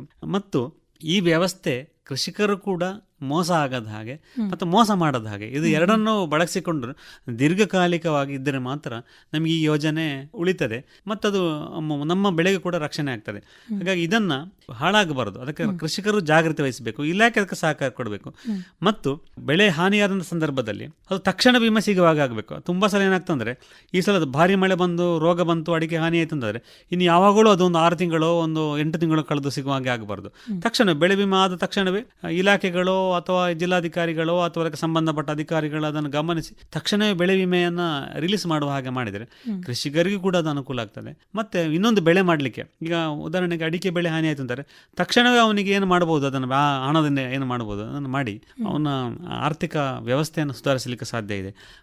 ಅದು ಕೂಡ ಆಗಬೇಕು, ತಕ್ಷಣವೇ ಬಿಡುಗಡೆ ಆಗುವಾಗ ಆಗಬೇಕು. ಮತ್ತು ಕಾಗದದ ಯೋಜನೆ ಆಗಬಾರ್ದು, ಅದು ಸಮರ್ಪಕವಾಗಿ ಆಗುವಂಥ ಯೋಜನೆ ಆಗಬೇಕು. ಬೆಳೆ ವಿಮೆಗಳು ಕೃಷಿಕರಿಗೆ ವರದಾನವಾಗಿ ಆಗಬೇಕು ಅನ್ನುವಂಥದ್ದು ನಾವು ಅಡಿಕೆ ಬೆಳೆಗಾರರೆಲ್ಲ ಅದನ್ನು ಬಯಸ್ತೇವೆ ನಾವು ಅದನ್ನು. ಈಗ ಭವಿಷ್ಯದಲ್ಲಿ ಈ ಅಡಿಕೆ ಬೆಳೆಗೆ ಪ್ರಮುಖ ಆತಂಕಗಳು ಯಾವುದು ಅಂತ ಹೇಳ್ಬೋದು? ನಾವು ಈಗಾಗಲೇ ಅಡಿಕೆ ಬೆಳೆ ವಿಸ್ತರಣೆಯನ್ನು ನಾನು ಈಗಾಗಲೇ ಮಾತಾಡುವಾಗ ಹೇಳಿದೆ. ಅಡಿಕೆ ಬೆಳೆ ಒಂದು ಕಡೆಯಿಂದ ನಮ್ಮ ರಾಜ್ಯದ 27 ಎಲ್ಲ ಜಿಲ್ಲೆಗಳಲ್ಲೂ, 2 ಜಿಲ್ಲೆ ಬಿಟ್ಟು ಎಲ್ಲ ಜಿಲ್ಲೆಗಳಲ್ಲೂ ಕೂಡ ಇವತ್ತು ಅಡಿಕೆ ಬೆಳೆ ವಿಸ್ತರಣೆ ಆಗಿದೆ, ದೇಶದಲ್ಲಿ ವಿಸ್ತರಣೆ ಆಗ್ತಾ ಇದೆ. ನಾನು ಒಬ್ಬ ಅಡಿಕೆ ಬೆಳೆಗಾರನಾಗಿ ಮತ್ತು ಅಡಿಕೆ ಬೆಳೆಗಾರ ಸಂಘದ ಅಧ್ಯಕ್ಷನಾಗಿ ನನ್ನದೇ ರೀತಿಯಾದ ಕೆಲವು ಅಪಾಯಗಳನ್ನು ನಾನು ಗುರುತಿಸಿದ್ದೇನೆ. ಪ್ರಮುಖವಾಗಿ ಈಗ ನಾವು ಗಮನಿಸುವಂಥದ್ದು ಹವಾಮಾನ ವೈಪರೀತ್ಯ. ನಿಮಗೆ ಇವತ್ತು ಹವಾಮಾನ ವೈಪರೀತ್ಯವನ್ನು ಬೆಳೆಗಾರರನ್ನ ಅಥವಾ ಕೃಷಿಕರನ್ನ ಕಂಟ್ರೋಲ್ ಮಾಡಲಿಕ್ಕೆ ಸಾಧ್ಯವೇ ಇಲ್ಲ. ಈ ಹವಾಮಾನ ವೈಪರೀತ್ಯ ಅಡಿಕೆ ಬೆಳೆಯ ಮೇಲೆ ಭವಿಷ್ಯದಲ್ಲಿ ಇದೊಂದು ಸವಾಲೆ. ಅಡಿಕೆ ಇವತ್ತು ನಾನು ಎಕ್ಸ್ಪೆಕ್ಟ್ ಮಾಡಿದಷ್ಟು ನನಗೆ ಇಳುವರಿ ಬರ್ತಾ ಇಲ್ಲ. ಯಾಕೆ ಬರ್ತಾ ಇಲ್ಲ? ಹವಾಮಾನದ ಕಾರಣದಿಂದಾಗಿ. ಈ ಸಾರಿ ಕೂಡ ಎಲ್ಲಿನೋ ಅಂತ ಹೇಳಿದರೂ ಕೂಡ ಇವತ್ತು ಮಳೆಯ ಕಾರಣದಿಂದಾಗಿ ಕೆಲವು ಕಡೆ ಕೊಳೆ ರೋಗ ಶುರುವಾಗಿದೆ. ಅಂದರೆ ನಿಮಗೆ ಇಳುವರಿ ಕುಸಿತ ಆಗುವಂಥದ್ದು ಇದೊಂದು ಮುಂದೆ ಕೂಡ ಇದು ಸವಾಲಾಗಿ ಪರಿಣಮಿಸ್ತಾ ಇದೆ. ಇನ್ನೊಂದು ನೀರಿನ ಕೊರತೆ. ಈ ಹವಾಮಾನ ವೈಪರೀತ್ಯ ಆದ ಹಾಗೆ ನೀರಿನ ಕೊರತೆಗಳು ಇವತ್ತು ಸಾಕಷ್ಟು ಕಾಡ್ತಾ ಇವೆ. ದಕ್ಷಿಣ ಕನ್ನಡ ಅಂತಲ್ಲ, ಅಡಿಕೆ ಬೆಳೆ ವಿಸ್ತರಣೆ ಎಲ್ಲೆಲ್ಲೇ ಆಗಿದೆ ಅಲ್ಲೆಲ್ಲವೂ ಕೂಡ ಈ ಸಮಸ್ಯೆ ಇವತ್ತು ನಾವು ಮುಂದಿನ ದಿನಗಳಲ್ಲಿ ಕಾಡುವಂಥ ಸಮಸ್ಯೆ. ಅಡಿಕೆ ಅಂತ ಹೇಳುವಂಥದ್ದು ಅದು ನೀರು ಬೇಡುವಂತಹ ಒಂದು ಬೆಳೆ. ಅಡಿಕೆ ಕೃಷಿ ಪ್ರಮುಖವಾಗಿ ಅದಕ್ಕೆ ನೀರು ಬೇಕೇ ಬೇಕು, ನೀರಿಲ್ಲದೆ ಸಾಧ್ಯವೇ ಇಲ್ಲ. ಇವತ್ತು ಮಲೆನಾಡು ಅಥವಾ ಮಲೆನಾಡು ತಪ್ಪಲಿನ ಪ್ರದೇಶದಿಂದ ಆ ಕಡೆ ಹೋದರೆ ಇವತ್ತು 1000 ಅಡಿ ಕೊರೆದರೂ ಕೂಡ ನೀರಿಲ್ಲದಂಥ ಸ್ಥಿತಿ ಇದೆ. ಹಾಗಾಗಿ ಈ ಬೆಳೆಯನ್ನು ಉಳಿಸುವುದು ಹೇಗೆ? ಈ ವಿಸ್ತರಣೆಯಾದಂತಹ ಅಡಿಕೆ ಬೆಳೆ ಉಳಿಯುವುದು ಹೇಗೆ? ಇದು ಎಲ್ಲ ಕಡೆ ಕೂಡ ಒಂದು ಸಮಸ್ಯೆ ಕಾಡ್ಲಿಕ್ಕುಂಟು. ನಮ್ಮ ದಕ್ಷಿಣ ಕನ್ನಡ ಅಥವಾ ಉತ್ತರ ಕನ್ನಡ, ಮಲೆನಾಡಿನ ಈ ಭಾಗಗಳಲ್ಲೂ ಕೂಡ ಇತ್ತೀಚಿನ ವರ್ಷಗಳಲ್ಲಿ ನೀರಿನ ಕೊರತೆ ಕಾಡ್ತಾ ಇದೆ. ಇದು ಕೂಡ ಇವತ್ತು ನೀರಿನ ಕೊರತೆ ಕೂಡ ಇವತ್ತು ನಮ್ಮ ಮುಂದಿನ ಬಹುದೊಡ್ಡ ಸವಾಲಾಗಿ ಕಾಡಬಹುದು. ಇನ್ನೊಂದು ಉತ್ಪಾದಕತೆ ಕುಸಿತ. ಈಗಾಗಲೇ ವಾರಗಳ ಹಿಂದಷ್ಟೇ ಅಧಿವೇಶನದಲ್ಲಿ ಕೂಡ ಇಲಾಖೆ ಹೇಳಿದೆ ಉತ್ಪಾದಕತೆ ಕುಸಿತ ಇದೆ ಅಂತ. ಅಂದರೆ ಅಡಿಕೆ ಈ ಹಿಂದೆಲ್ಲ ಇಲಾಖೆಗಳೇ ಹೇಳಿದ ಹಾಗೆ ಅಥವಾ ಈ CPCRI ಅಂತ ಸಂಸ್ಥೆಗಳೇ ಹೇಳಿದ ಹಾಗೆ ಇವತ್ತು ಉತ್ಪಾದಕತೆ ಒಳ್ಳೆ ಉತ್ತಮವಾಗಿ ಬೇಕಿತ್ತು. ಅಂದರೆ ಒಂದು ಹೆಕ್ಟೇರಿಗೆ ಸುಮಾರು 2,500 kg ಬರ್ತಾ ಇತ್ತು. ಅಂದರೆ ಇವತ್ತು ಅಷ್ಟು ಬರ್ತಾ ಇಲ್ಲ. ಯಾಕೆ ಬರ್ತಾ ಇಲ್ಲ? ಅದಕ್ಕೆ ಈ ಹವಾಮಾನ ಮತ್ತು ಇದು ಬೇರೆ ಬೇರೆ ಕಾರಣಗಳು, ರೋಗಗಳು, ಇದೆಲ್ಲವೂ ಕೂಡ ಕಾರಣ. ಈ ಉತ್ಪಾದಕತೆ ಕುಸಿತ ಕೂಡ ಮುಂದಿನ ದಿನಗಳಲ್ಲಿ ಬಹಳ ದೊಡ್ಡದ ಸವಾಲಾಗಿ ನಮಗೆ ಕಾಡ್ಬೋದು. ಇನ್ನೊಂದು ರೋಗ ಮತ್ತು ಕೀಟಬಾಧೆ. ಈಗಾಗಲೇ ಎಲೆಚುಕ್ಕಿ ರೋಗ ಭೀಕರವಾಗಿ ಕಾಡ್ತಾ ಇದೆ. ಇನ್ನೊಂದು ಕಡೆ ಹಳದಿ ಎಲೆ ರೋಗ ಸಂಪಾಜನೆಯನ್ನು ದಾಟಿ ಮುಂದೆ ಬರ್ತಾ ಇದೆ. ಶೃಂಗೇರಿಯಂಥ ಕೆಲವು ಕಡೆ ಅಡಿಕೆ ಬೆಳೆಯೇ ಇಲ್ಲದಂಥ ಸ್ಥಿತಿ ಇದೆ. ಈಗ ಅದಕ್ಕಿಂತ ದೊಡ್ಡ ಸವಾಲಾಗಿ ರೋಗಗಳು ಅಲ್ಲಿ ಇದು ಎಲೆಚುಕ್ಕಿ ರೋಗ ಕೂಡ ಇವತ್ತು ತುಂಬ ಕಡೆ ಕಾಡ್ತಾ ಇದೆ. ಅದು ಮಾತ್ರ ಅಲ್ಲ, ಅದರ ಜೊತೆ ಹೊಸ ರೋಗಗಳು ಕೂಡ, ಅಂದರೆ ಹಿಂದೆ ಇತ್ತದು, ಆದರೆ ಈಗ ಹವಾಮಾನ ವೈಪರೀತ್ಯದಿಂದಾಗಿ ಕೀಟಗಳು ಹೆಚ್ಚಾಗ್ತಾ ಇವೆ, ಇವತ್ತು ಕೂಡ ಕಾಣ್ತಾ ಇವೆ. ಇದು ಕೂಡ ಮುಂದಿನ ದಿನಗಳಲ್ಲಿ ಕೀಟಬಾಧೆ ದೊಡ್ಡ ಸವಾಲಾಗಿ ನಮಗೆ ಕಾಡ್ಬೋದು. ಇನ್ನೊಂದು ಕಡಿಮೆ ಬೆಲೆಯಲ್ಲಿ ಆಮದಾಗುವಂಥದ್ದು, ಕಳ್ಳದಾರಿಯ ಮೂಲಕವೋ ಇದು ಕೂಡ ಅಡಿಕೆ ಮಾರುಕಟ್ಟೆ ಸ್ಥಿರತೆ ಮೇಲೆ ಪರಿಣಾಮ ಬೀರುವಂಥದ್ದು. ಇದು ಕೂಡ ನಮ್ಮ ಮುಂದಿನ ದಿನಗಳಲ್ಲಿ ಸವಾಲಾಗ್ಬೋದು. ಸರ್ಕಾರ ಇದರ ಬಗ್ಗೆ ಕಟ್ಟುನಿಟ್ಟಿನ ಕ್ರಮ ಕೈಗೊಳ್ಳದೇ ಇದ್ದರೆ ಇದು ಕೂಡ ನಮ್ಮ ಕೃಷಿಕರ ಮೇಲೆ ಪರಿಣಾಮ ಬೀರ್ಬೋದು. ಇನ್ನೊಂದು ಅಡಿಕೆ ಮಾರುಕಟ್ಟೆ ಏರಿಳಿತ. ಇದು ಯಾಕೆ ಕಾರಣ ಆಗ್ತದೆ ಅಂತ ಕೇಳಿದರೆ, ಒಂದು ಅಡಿಕೆ ಮಾರುಕಟ್ಟೆ ಊಹಾಪೋಹ ಆಗಿರುವುದರಿಂದಾಗಿ ಯಾರೋ ಮಾರುಕಟ್ಟೆ ಅಂತ ಹೇಳಿದ್ರು ಅಂತ ಹೇಳಿದ ಕಾರಣ ಈ ಏರಿಳಿತಗಳು ಅಡಿಕೆ ಬೆಳೆಗಾರರ ಮೇಲೆ ಮುಂದೆ ಪರಿಣಾಮ ಆಗ್ಬೋದು. ಯಾಕಂದ್ರೆ ಈಗಾಗಲೇ ಅಡಿಕೆಯ ಬೆಳೆ ವಿಸ್ತರಣೆ ಆಗಿದೆ. ಇದು ಫಸಲು ಬರುವ ಹೊತ್ತಿನಲ್ಲಿ ಅಡಿಕೆಯ ಬೆಲೆ ಏರಿಳಿತ ಆಗಲೇಬೇಕಾದಂಥ, ಅದು ವೈಜ್ಞಾನಿಕವಾಗಿ ಮತ್ತು ಮೇಲ್ನೋಟಕ್ಕೆ ನೋಡುವ ಕೂಡ ನಮಗೆ ಸತ್ಯ ಅಂತ ಕಾಣ್ತದೆ. ಹಾಗೆ ಇದು ಕೂಡ ಆಗ್ತದೆ. ಇನ್ನೊಂದು ಉತ್ಪಾದನಾ ವೆಚ್ಚ. ಇತ್ತೀಚೆಗೆ ನಮಗೆ ಗೊಬ್ಬರದಿಂದ ಹಿಡಿದು ನಮ್ಮ ಕಾರ್ಮಿಕರ ವೆಚ್ಚದಿಂದ ಹಿಡಿದದ್ದು ಎಲ್ಲವೂ ಕೂಡ ಏರಿಳಿತ ಆಗ್ತಾ ಇದೆ. ಉತ್ಪಾದನಾ ವೆಚ್ಚ ನಿಮಗೆ ಏರಿಳಿತ ಆಗ್ತಾ ಇದೆ. ಇತ್ತೀಚೆಗಂತೂ ಸಿಕ್ಕಾಪಟ್ಟೆ ಏರಿಕೆ ಆಗ್ತಾ ಇದೆ. ಹಾಗಾಗಿ ಈ ಉತ್ಪಾದನಾ ವೆಚ್ಚ ಏನಿದೆ ಇದನ್ನು ತಗ್ಗಿಸುವಂತಹ ಪ್ರಯತ್ನ ಆಗಬೇಕು. ಇದು ಕೂಡ ಮುಂದಿನ ದೊಡ್ಡ ಸವಾಲಾಗ್ಬೋದು. ಇನ್ನೊಂದು, ಈಗಾಗಲೇ ನಾವು ಮಾತಾಡಿದಾಗ ಆರೋಗ್ಯ ನೀತಿಗಳು, ಈ ಅಡಿಕೆಯ ಮೇಲಿನ ಆರೋಪಗಳೇನಿದೆ, ಅಡಿಕೆ ಹಾನಿಕಾರಕ ಎನ್ನುವ ಆರೋಪ ಏನಿದೆ, ಇದು ಕೂಡ ನಮ್ಮ ಮುಂದಿನ ದಿನಗಳಲ್ಲಿ ಇದಕ್ಕೆ ಸರಿಯಾದ ಕ್ರಮ ಆಗದೇ ಇದ್ದರೆ, ಎಲ್ಲೋ ಬೇರೆ ದೇಶಗಳಲ್ಲಿ ನಿರಂತರವಾಗಿ ಅಡಿಕೆಯ ಮೇಲೆ ಅಪವಾದಗಳಿವೆ. ಅಡಿಕೆ ಹಾನಿಕಾರಕ ಅನ್ನೋದರ ಬಗ್ಗೆ ಅಧ್ಯಯನ ಆಗ್ತಾನೆ ಇದೆ. ಆದರೆ ಅದಕ್ಕೆ ಪ್ರತಿಯಾಗಿ ಅಡಿಕೆ ಹಾನಿಕಾರಕ ಅಲ್ಲ, ಅಡಿಕೆಯಲ್ಲಿ ಔಷಧಿಗಳಿವೆ, ಅಡಿಕೆಯಲ್ಲಿರೋ ಗುಣಧರ್ಮಗಳೇನು ಅನ್ನೋದನ್ನು ಆಗದೇ ಇದ್ದರೆ ಇದು ಕೂಡ ಮುಂದಿನ ದಿನಗಳಲ್ಲಿ ಅಡಿಕೆಯ ಬೆಳೆಯ ಮೇಲೆ ಕೂಡ ಸವಾಲಾಗಬಹುದು ಸಾಧ್ಯತೆ ಇದೆ. ಮತ್ತು ಬಹುಮುಖ್ಯವಾಗಿ ಅಡಿಕೆಯ ಬೆಳೆ ಮತ್ತು ಕೃಷಿಯ ಮೇಲೆ ಸವಾಲಿರುವಂಥದ್ದು ಯುವ ಕೃಷಿಕರ ಮೇಲೆ. ಇವತ್ತು ಇಂತಹ ಎಲ್ಲ ಸವಾಲುಗಳ ಮಧ್ಯೆ ಯುವ ಕೃಷಿಕರು ಅಡಿಕೆ ಬೆಳೆಯನ್ನು ಮಾಡೋದು ಹೇಗೆ, ಕೃಷಿಯನ್ನು ಮಾಡೋದು ಹೇಗೆ ಅನ್ನುವಂಥದ್ದು ಬಹುದೊಡ್ಡ ಪ್ರಶ್ನೆ ಇದೆ. ಈ ಎಲ್ಲ ಸವಾಲುಗಳು ಅಡಿಕೆ ಬೆಳೆಗಾರರ ಮುಂದೆ, ಕೃಷಿಕರ ಮುಂದೆ ಇರುವುದರಿಂದಾಗಿ ಇದೆಲ್ಲವನ್ನು ಕೂಡ ನಿಭಾಯಿಸಿಕೊಂಡು ಹೋಗುವಂಥದ್ದು ಹೇಗೆ, ಒಂದೊಂದೇ ಇದನ್ನು ಅಡಿಕೆ ಬೆಳೆಗಾರರು ಸೇರಿ, ಸಂಘಟನೆಗಳು ಸೇರಿ, ಎಲ್ಲರೂ ಸೇರಿ ಸವಾಲನ್ನು ಮೆಟ್ಟಿ ಮುಂದೆ ಹೋಗುವಂತಹ ಒಂದು ಬಹುದೊಡ್ಡ ಜವಾಬ್ದಾರಿ ಕೂಡ ಎಲ್ಲರ ಮೇಲೆ ಇದೆ. ಇದನ್ನು ಕೃಷಿಕರು ಏನು ಮಾಡ್ಬೋದು ಅಂದರೆ, ಯುವ ಕೃಷಿಕರನ್ನು ಕೃಷಿಗೆ ಬರುವ ಹಾಗೆ ಏನು ಮಾಡ್ಬೋದು, ಅದನ್ನು ಮಾತ್ರ ಮಾಡ್ಬೋದು ಬಿಟ್ಟರೆ, ಮತ್ತು ಉಳಿದಂಥ ಪಾಲಿಸಿ ಮ್ಯಾಟರ್ಗಳಿಂದ ಅದನ್ನೆಲ್ಲವೂ ಕೂಡ ಸರ್ಕಾರ, ಸಂಸ್ಥೆಗಳು ಇದೆಲ್ಲವೂ ಕೂಡ ಈಗಲೇ ಎಚ್ಚೆತ್ತುಕೊಂಡ್ರೆ ಮುಂದೆ ನಾವು ಕೆಲವು ವರ್ಷಗಳಲ್ಲಿ ಅದನ್ನು ಸರಿಯಾಗಿ ಇದು ಮಾಡಲಿಕ್ಕೆ ಸಾಧ್ಯ ಇದೆ. ಇದಕ್ಕಾಗಿ ನಾವು ಅಡಿಕೆಯ ಮಿಷನ್ 2040-50 ಹೊತ್ತಿಗೆ ಅಡಿಕೆ ಬೆಳೆ ಕ್ಷೇತ್ರಕ್ಕೆ ಏನಿದೆ ಅದಕ್ಕೊಂದು ಮಿಷನ್ ಅಂತ ಮಾಡಿ, ಅಡಿಕೆ ಎರಕನಟ್ ಮಿಷನ್ ಅಂತ ಒಂದು ಮಾಡಿ, ಇಂತಹ ಯೋಜನೆಗಳನ್ನು ಗುರಿಯನ್ನು ಇಟ್ಟುಕೊಂಡು ನಾವು ಮುಂದಿನ 10-15 ವರ್ಷಗಳಲ್ಲಿ ಈ ಎಲ್ಲ ಸವಾಲುಗಳನ್ನು ದಾಟಿ ಮುಂದೆ ಬರುವ ಹಾಗೆ ನಾವು ಮಾಡಿದರೆ ನಮ್ಮ ಆರ್ಥಿಕತೆ ಉಳಿಲಿಕ್ಕೆ ಸಾಧ್ಯ ಇದೆ. ಅಂದರೆ ಇಡೀ ದಕ್ಷಿಣ ಕನ್ನಡ ಜಿಲ್ಲೆ, ಮಲೆನಾಡು, ಕರಾವಳಿ ಇದೆಲ್ಲವೂ ಕೂಡ ಇವತ್ತು ಅಡಿಕೆಯ ಆರ್ಥಿಕತೆ ಮೇಲೆ ನಿಂತಿದೆ. ಈ ಆರ್ಥಿಕತೆ ಇನ್ನಷ್ಟು ಗಟ್ಟಿಯಾಗಲಿಕ್ಕೆ ಸಾಧ್ಯ ಇದೆ, ಉಳಿಲಿಕ್ಕೆ ಸಾಧ್ಯ ಇದೆ. ಮತ್ತು ಈ ಆರ್ಥಿಕತೆಯಿಂದಾಗಿ ಕರಾವಳಿಯ ಎಲ್ಲ ವಹಿವಾಟು, ವ್ಯಾಪಾರಗಳು ಕೂಡ ಬಲಗೊಳ್ಳಲಿಕ್ಕೆ ಸಾಧ್ಯ ಇದೆ. ಇಲ್ಲಿಯ ಆರೋಗ್ಯ ವ್ಯವಸ್ಥೆಗಳು ಕೂಡ ಸುಧಾರಣೆ ಆಗಲಿಕ್ಕೆ ಸಾಧ್ಯ ಇದೆ. ಮತ್ತು ಮುಂದೆ ಹೋಗ್ತಾ ಹೋದ ಹಾಗೆ ಈ ನಮ್ಮ ಮಿಷನ್ ಏನಿದೆ ಮುಂದಿನ 15 ವರ್ಷಗಳು ಏನು ಮಾಡುವಂದರೆ ಕೇಳಿದರೆ, ಅಡಿಕೆಯಲ್ಲಿ ಹವಾಮಾನ ಸಹಿಷ್ಣುತ ಅಡಿಕೆ ಬೆಳೆಯನ್ನು ಮಾಡಲಿಕ್ಕೆ ಸಾಧ್ಯ ಇದೆಯಾ, ಅದನ್ನು ಕೂಡ ವಿಜ್ಞಾನಿಗಳು ಅದನ್ನು ಮಾಡಬೇಕು. ಹೀಗೆ ಮುಂದಿನ 15 ವರ್ಷಗಳಲ್ಲಿ ಈ ಎಲ್ಲ ಸವಾಲುಗಳನ್ನು ಮೆಟ್ಟಿ ಮುಂದೆ ಹೋಗುವಾಗ ಏನೆಲ್ಲ ಮಾಡ್ಬೋದು ಯೋಜನೆಯನ್ನು ಹಾಕಿಕೊಂಡ್ರೆ ಬಹುಶಃ ಅಡಿಕೆಯ ಬೆಳೆ ಉಳಿಬೋದು, ಇಲ್ಲಿ ಆರ್ಥಿಕತೆ ಉಳಿಬೋದು, ಒಂದಷ್ಟು ಯುವಕರು ಕೃಷಿಯಲ್ಲಿ ಉಳಿಲಿಕ್ಕೆ ಸಾಧ್ಯ ಇದೆ. ಕರಾವಳಿಯ, ನಮ್ಮ ಕರ್ನಾಟಕದ, ನಮ್ಮ ದೇಶದ ಆರ್ಥಿಕತೆ ಕೂಡ ಹಾಗೆ ಉಳಿಲಿಕ್ಕೆ ಸಾಧ್ಯ ಮತ್ತು ಬೆಳಿಲಿಕ್ಕೆ ಕೂಡ ಸಾಧ್ಯ ಇದೆ. ಈಗ ಕಾರ್ಯಕ್ರಮದ ಕೊನೆಯದಾಗಿ ರೈತರಿಗೆ ಯಾವ ರೀತಿಯ ಸಂದೇಶವನ್ನು ನೀಡಲಿಕ್ಕೆ ಬಯಸ್ತೀರಿ? ಇವತ್ತು ನಾವು ಅಡಿಕೆ ಬೆಳೆ ಅಂತ ಕೇಳಿದರೆ ಬಹಳ ಉತ್ತಮವಾದ ಕೃಷಿ ಅಂತ ಎಲ್ಲರೂ ಭಾವಿಸ್ತಾರೆ. ಎಷ್ಟು ಎಕರೆ ಅಡಿಕೆ ಇದೆ ಅಂತ ನಾವು ಇಲ್ಲೆಲ್ಲ ಗಮನಿಸಿದರೆ ಈಗ ಹೇಗೆ ಅಂತ ಕೇಳಿ ನಿನ್ನಲ್ಲಿ ಎಷ್ಟು ಎಕರೆ ಅಡಿಕೆ ತೋಟ ಇದೆ ಅಂತ ಮೊದಲಾಗಲ್ಲ, ಎಷ್ಟು ಗಿಡ ಇತ್ತು ಅಂತಲ್ಲ, ಈಗ ಎಷ್ಟು ಎಕರೆ ಇದೆ ಅಂತ ಎನ್ನುವಂಥದ್ದು ಇವತ್ತು ಎಲ್ಲ ಕಡೆ ಕೂಡ ಇರುವಂಥದ್ದು. ಯಾಕಂದ್ರೆ ಅದು ಆರ್ಥಿಕ ಬೆಳೆ ಆದ ಕಾರಣ ಅಡಿಕೆ ಹಾಕಿದ್ರೆ ದುಡ್ಡು ಬರ್ತದೆ. ಈ ಕಾರಣಕ್ಕಾಗಿ ಇವತ್ತು ಎಲ್ಲರೂ ಬಯಸೋದೇನೆಂದರೆ ಅಡಿಕೆ ಎಷ್ಟು ಎಕರೆ ಅಡಿಕೆ ತೋಟ ಇದೆ ಅಂತ. ಅದಲ್ಲ ನಾನು ಹೇಳುವಂಥದ್ದು, ಅಡಿಕೆ ಎಷ್ಟು ಇದೆ ಅಂತಲ್ಲ, ಹೇಗೆ ಅಡಿಕೆ ಬೆಳೆ ಇದೆ ಅಂತ, ಅಡಿಕೆ ಉತ್ಪಾದಕತೆ ಎಷ್ಟಿದೆ ಅನ್ನೋದನ್ನು ನಾವು ಯೋಚನೆ ಮಾಡಬೇಕು. ಈಗ 100 ಎಕರೆ ಇದ್ದು ಕೂಡ ಕಡಿಮೆ ಇಳುವರಿ ಇದ್ದರೆ ಏನೂ ಪ್ರಯೋಜನ ಇಲ್ಲ. ಹಾಗಾಗಿ ಅಡಿಕೆ ಉತ್ಪಾದಕತೆ ಏನಿದೆ, ಇವತ್ತು ಎಷ್ಟು ರೇಟ್ ಇದೆ ಅಂತಲ್ಲ, ನನ್ನ ಉತ್ಪಾದಕತೆ ಎಷ್ಟಿದೆ ಅದನ್ನು ಇವತ್ತು ಅಡಿಕೆ ವಿಸ್ತರಣೆ ಮಾಡುವವರು ಮತ್ತು ಅಡಿಕೆ ಹೊಸ ಕೃಷಿ ಮಾಡುವವರು ಕೂಡ ಅದನ್ನು ಗಮನಿಸಬೇಕು. ಇದು ಸುರಕ್ಷಿತವಾಗಿದೆ. ಈ ಉತ್ಪಾದಕತೆ ಸ್ಥಿರತೆ ಇದೆಯಾ, ನನ್ನದು ವಿಸ್ತರಣೆ ಆಗಿದೆ, ಅಷ್ಟೇ ರೀತಿಯಾದಂಥ ಸ್ಥಿರತೆಯ ಉತ್ಪಾದಕತೆ ನನ್ನಲ್ಲಿ ಇದೆಯಾ ಅನ್ನೋದನ್ನು ಇವತ್ತು ಅಡಿಕೆ ಬೆಳೆಗಾರರು ಇವತ್ತು ಗಂಭೀರವಾಗಿ ಅದನ್ನು ಮುಖ್ಯವಾಗಿ ಗಮನಿಸಬೇಕು. ಮತ್ತು ಕಡ್ಡಾಯವಾಗಿ ಇವತ್ತು ಅಡಿಕೆಯಲ್ಲಿ ಮಿಶ್ರ ಬೆಳೆ ಇವತ್ತು ಹಾಕಲೇಬೇಕಾದಂಥ ಅವಶ್ಯಕತೆ ಇದೆ. ಅಡಿಕೆ ಮಾತ್ರ ಅಲ್ಲ, ಅಡಿಕೆಯ ಜೊತೆ ಕಾಳುಮೆಣಸು, ಕಾಫಿ, ತೆಂಗು, ಜಾಯಿಕಾಯಿ, ರಬ್ಬರ್, ಬೇರೆ ಬೇರೆ ಅವಕಾಶ ಸಾಧ್ಯತೆಗಳುಂಟು.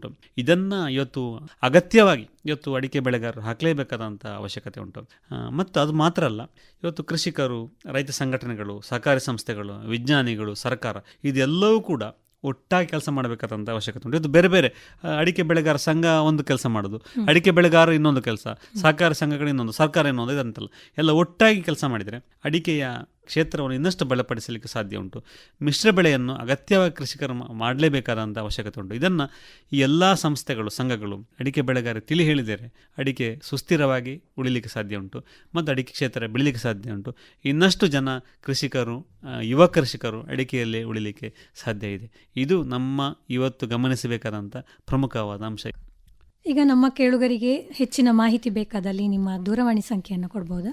ಅಡಿಕೆಯ ಬಗ್ಗೆ ಅಥವಾ ಅಡಿಕೆಯ ಸಂಘಟನೆಯ ಬಗ್ಗೆ ಅಥವಾ ಅಡಿಕೆಯ ಇತರ ಮಾಹಿತಿಗಳು ಬೇಕಿದೆ, ನನ್ನಲ್ಲಿ ಎಷ್ಟು ಸಾಧ್ಯ ಇದೆ ಅದನ್ನು ನಾನು ಖಂಡಿತವಾಗಿ ಕೊಡ್ಬೋದು. ಹಾಗಿದ್ದವರು ನನ್ನ ಸಂಪರ್ಕ ಸಂಖ್ಯೆ 9448 625 390 9448625390 ಇದನ್ನು ಸಂಪರ್ಕ ಮಾಡ್ಬೋದು.